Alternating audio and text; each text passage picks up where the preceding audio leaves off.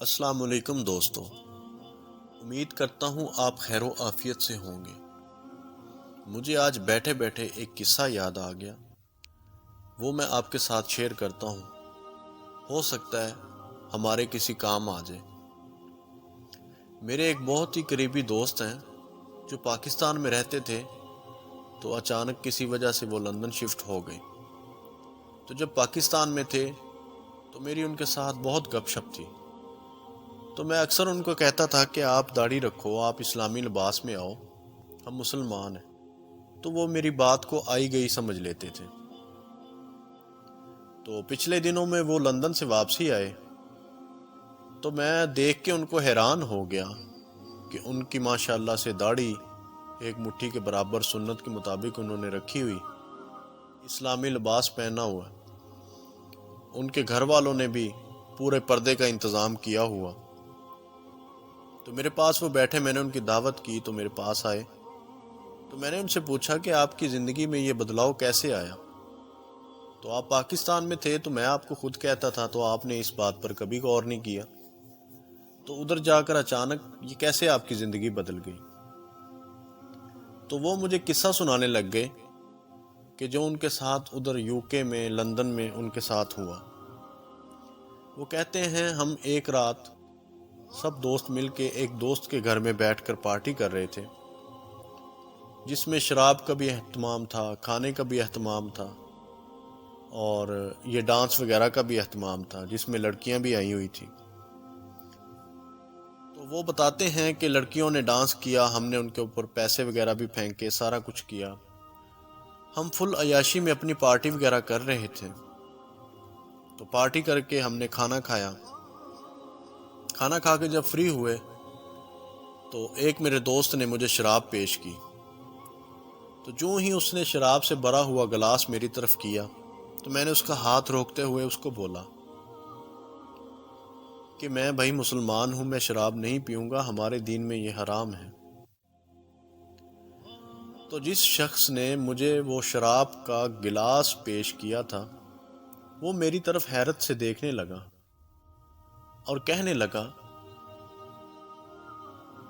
کہ اے میرے دوست، مجھے آپ اس بات کا جواب دو، تمہارے دین میں صرف شراب کو ہی حرام سمجھا گیا ہے؟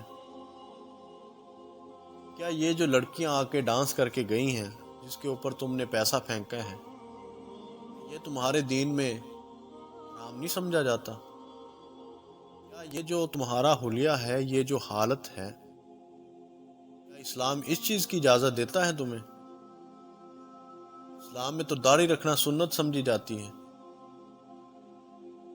تم نے داڑھی رکھی ہوئی ہے؟ کیا یہ جو کھانا تم نے کھایا ہے، تمہیں پتہ ہے یہ حلال ہے یا حرام ہے؟ تمہارے دین میں صرف شراب ہی ہے جس کو حرام سمجھا جائے؟ باقی جو تم کام کرتے ہو ان کے بارے میں بھی کبھی سوچا ہے؟ تم حرام کرتے ہو کام یا حلال کرتے ہو کام؟ تو وہ میرا دوست مجھے بتاتا ہے کہ جب یہ باتیں اس انگریز نے کی، میری تو جیسے زندگی کو اس نے جھنجھوڑ کے رکھ دیا۔ کیا کبھی ہم نے اس بات پر بھی غور کیا ہے کہ ہمارے دین میں صرف شراب کو ہی حرام سمجھا جاتا ہے؟ باقی کام جو ہم کرتے ہیں اس میں حلال اور حرام کی تمیز ہم دیکھتے ہیں۔ ہم جو کام کر رہے ہیں وہ حرام ہیں یا حلال ہیں؟ ہم نے کبھی اس چیز پر غور نہیں کیا۔ ہمارا دین جو ہے یہ بہترین دین ہے، بہترین مذہب ہے۔ اس میں بہت ساری چیزیں ہیں جو ہمارے لیے حرام ہیں، ہمیں ان سے رکنے کی تلقین کی گئی ہے۔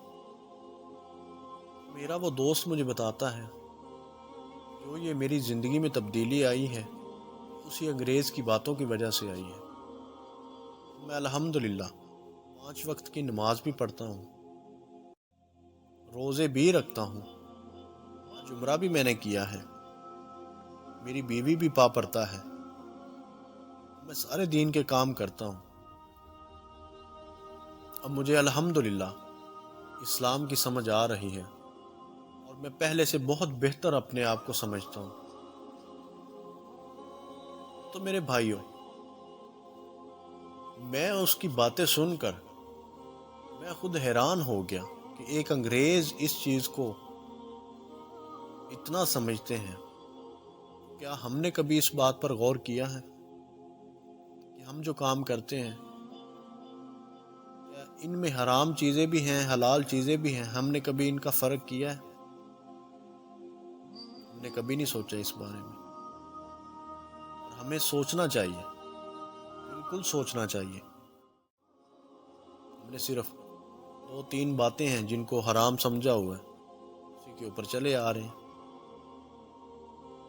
ہم نے کبھی اپنی شادیوں کا حال دیکھا ہے؟ ہماری شادیوں پہ کیا ہوتا ہے؟ ہماری بہن بیٹیاں ہی ناچتی ہیں، لوگ دیکھنے والے ہوتے ہیں۔ اس چیز پر ہمیں غور نہیں کرنا چاہیے؟ ہمارا دین یہی ہے؟ بالکل ہمارا دین یہ نہیں ہے۔ میرے بھائیوں، ہمیں اس چیز سے سیکھنا چاہیے۔ جو ہم لاکھوں کروڑوں روپے شادیوں پہ خرچ کرتے ہیں بلا فضول، ان ڈانسروں پہ اور ان خواجہ سراہوں پہ، ہمیں پتہ ہی نہیں ہوتا کہ ہمارے کتنے پیسے لگ چکے ہیں ان کے اوپر۔ ہم اڑاتے رہتے ہیں، ہمیں پتہ تک نہیں ہوتا کہ ہم نے کتنے پیسے ضائع کر دیے۔ ہم وہی اللہ کے راہ میں دیں کہ ہمیں اس کا اجر نہیں ملے گا؟ اللہ ہمیں 10 گنا واپس نہیں دے گا؟ 70 گنا آخرت میں نہیں دے گا؟ ضرور دے گا۔ ہم نے کبھی اس بات پر غور کیا ہی نہیں، ہم نے کبھی اس بات کو سوچا ہی نہیں۔ ہم ان لوگوں پہ اڑانے کے لیے تیاری کرتے ہیں، کسی دوست کی شادی آ جائے، کسی رشتہ دار کی شادی آ جائے، ہم پہلے انتظام کر کے رکھتے ہیں، فلاں جی انہوں نے خواجہ سرا منگوانے ہیں، انہوں نے لڑکیاں منگوانی ہیں، کاپیاں بنا کے رکھتے ہیں۔ تو کبھی ہم نے یہ سوچا ہے کہ سردی آ رہی ہے، کسی غریب کو میں جرسی لے کے دے دوں، کسی غریب کو جوتا لے کے دے دوں؟ ہم نے کبھی اس بات پر غور نہیں کیا۔ وہ ہمارے بھائی نہیں ہیں؟ وہ ہماری بہنیں نہیں ہیں؟ ہم نے کبھی اس بات پر غور کیا ہے میرے ہمسائے کے گھر میں کھانا بھی ہے یا نہیں ہے؟ ہم آج گوشت کھا رہے ہیں، میرے ہمسائے نے سبزی بھی پکائی ہے یا نہیں؟ موجودہ حالات آپ سب کے سامنے ہیں، کسی کو بتانے کی ضرورت نہیں ہے۔ امیر بھی پریشان ہے، غریب بھی پریشان ہے۔ ہمارے پاس اڑانے کے لیے پیسے بہت ہیں، کسی غریب کی مدد کرنے کے لیے پیسے نہیں ہیں۔ ہمیں حالات یاد آ جاتے ہیں۔ میرے بھائیوں، میرا سمجھانے کا مقصد صرف اتنا سا ہے، ہمیں اس چیز پر غور کرنا چاہیے، ہمیں ان چیزوں کو باریکی سے دیکھنا چاہیے۔ ہمارا کام صرف یہ نہیں ہے کہ ہم اپنے بارے میں سوچیں، ہمارا دین ہمیں یہ سکھاتا ہے کہ ہمیں اپنے بھائیوں کا بھی فکر کرنی چاہیے، اپنے ہمسایوں کی بھی فکر کرنی چاہیے، اپنے رشتہ داروں کی بھی فکر کرنی چاہیے۔ ہمارا دین صرف یہ نہیں ہے کہ ہم اپنے گھر کے بارے میں، اپنے آپ کے بارے میں، اپنے رشتہ داروں کے بارے میں سوچیں، ہمیں غریبوں کے بارے میں بھی سوچنا چاہیے۔ ہمیں جانوروں پرندوں تک ہمارا دین ہمیں سکھاتا ہے کہ ہمیں کیسے ان کی خدمت کرنی ہے۔ ہم نے صرف یہ سمجھ لیا ہے 5 ٹائم کی نماز پڑھی اور اللہ راضی۔ اللہ بے شک راضی ہوتا ہے، اللہ کی مخلوق کو بھی راضی کرنا ہے۔ ہمارا کام صرف اتنا نہیں ہے کہ ہم نے 2-3 چیزوں کو بس منع سمجھا ہوا ہے اور وہی چلا رہے ہیں۔ نہیں میرے بھائیوں، نہیں، یہ 2-4 چیزیں نہیں ہیں جو اسلام میں منع ہے، بہت ساری چیزیں منع ہیں، ہمیں ان سے بچنا چاہیے۔ ہمیں نیکی کی طرف جانا تو چاہیے۔ ہم کسی کی مدد نہیں کر سکتے، دل میں احساس تو ہو۔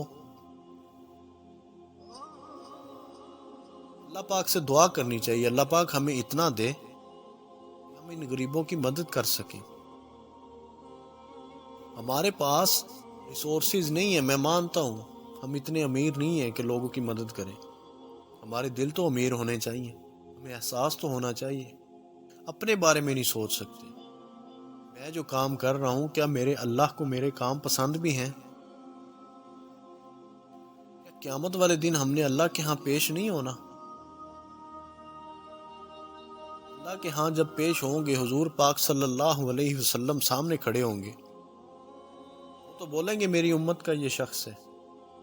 کیا امت کے شخص نے ان کا حق ادا کیا ہے؟ وہ جو محنت کر کے گئے ہیں، صحابہ اکرام محنت کر کے گئے ہیں، کامیاب کس لیے ہوئے ہیں؟ حضور پاک صلی اللہ علیہ وسلم کی تعلیمات پر پورے اترے ہیں۔ آج ہم ان کا نام بھی عزت سے لیتے ہیں، اور وہ واقع ہی کامیاب ہو کے گئے ہیں۔ کامیابی ان کو ایسے نہیں ملی، عیاشی کی زندگی نہیں گزار کے گئے۔ انہوں نے محنت کی ہے، انہوں نے مشقت کی ہے، انہوں نے دین کے لیے اپنی زندگیاں وقف کی ہیں، اپنے گھر بار چھوڑے ہیں، دین کا پورا پورا حق ادا کیا۔ جو صحابہ اکرام تھے انہوں نے بھی اپنی زندگیاں وقف کی ہیں، دین اسلام کے لیے وقف کی ہیں۔ ہم وقف نہیں کر سکتے، چلو ہم ان کے راستے پہ چلنا تو شروع کریں، ان کے جیسی سوچ تو رکھیں۔ اللہ پاک ہمیں بھی کامیابی دے گا، انشاءاللہ ضرور دے گا۔ سوچنے کا ٹائم تو ہو، اپنے بارے میں سوچنے کا ٹائم ہو کہ میں کھڑا کس جگہ پہ ہوں، میں جو کام کر رہا ہوں مجھے جنت میں لے کے جائے گا یا دوزخ میں لے کے جائے گا۔ میرے بھائیوں، میں آپ کو ایک حقیقت بتاتا ہوں، ہم جب کوئی بھی نیکی کا کام کرتے ہیں ہمارے دل کو اور ہماری روح کو سکون اور اطمینان حاصل ہوتے ہیں، اور وہی کام اور اسی جگہ اگر ہم غلط کام کریں گے، کوئی گناہ کا کام کریں گے، ہمارا دل ضرور روکتا ہے، ہمارا دل کہتا ہے یہ کام تم غلط کر رہے ہو۔ آدھے گھنٹے کے بعد پھر ہم سوچتے ہیں کہ ہم یہ کام کریں، ہمارا دل پھر کہتا ہے یہ کام تم غلط کر رہے ہو۔ ہمیں خود کو پتہ ہوتا ہے ہم یہ کام گناہ والا کر رہے ہیں، یہ غلط ہے، ہمیں پتہ ہوتا ہے، ہمارا دل اور دماغ بتا رہا ہوتا ہے کل قیامت والے دن ہم نے اللہ کے ہاں پیش ہونا ہے، اس گناہ کے بارے میں ہم سے پوچھا جائے گا۔ ہم نہیں سوچتے اس بارے میں، ہم نے کبھی غور ہی نہیں کیا۔ گناہ تو ایسے کیا جاتا ہے جیسے نعوذ باللہ ثواب کا کام ہو۔ نیکی کرنا اتنا مشکل ہم نے کیا ہوا ہے اپنی زندگی میں، بہت افسوس کی بات ہے، ہمیں اس چیز کو سوچنا چاہیے۔ بہرحال میں مسلمان ہوں، الحمدللہ میں مسلمان ہوں، مجھے اپنے بہن اور بھائیوں کی فکر ہے۔ میری اگر کوئی بات آپ کو بری لگی ہو میں معذرت خواہ ہوں۔ اللہ پاک سے دعا ہے اللہ پاک ہمیں نیکی کرنے کی، گناہوں سے بچنے کی توفیق عطا فرمائے، اللہ پاک ہمیں کامیابی عطا فرمائے۔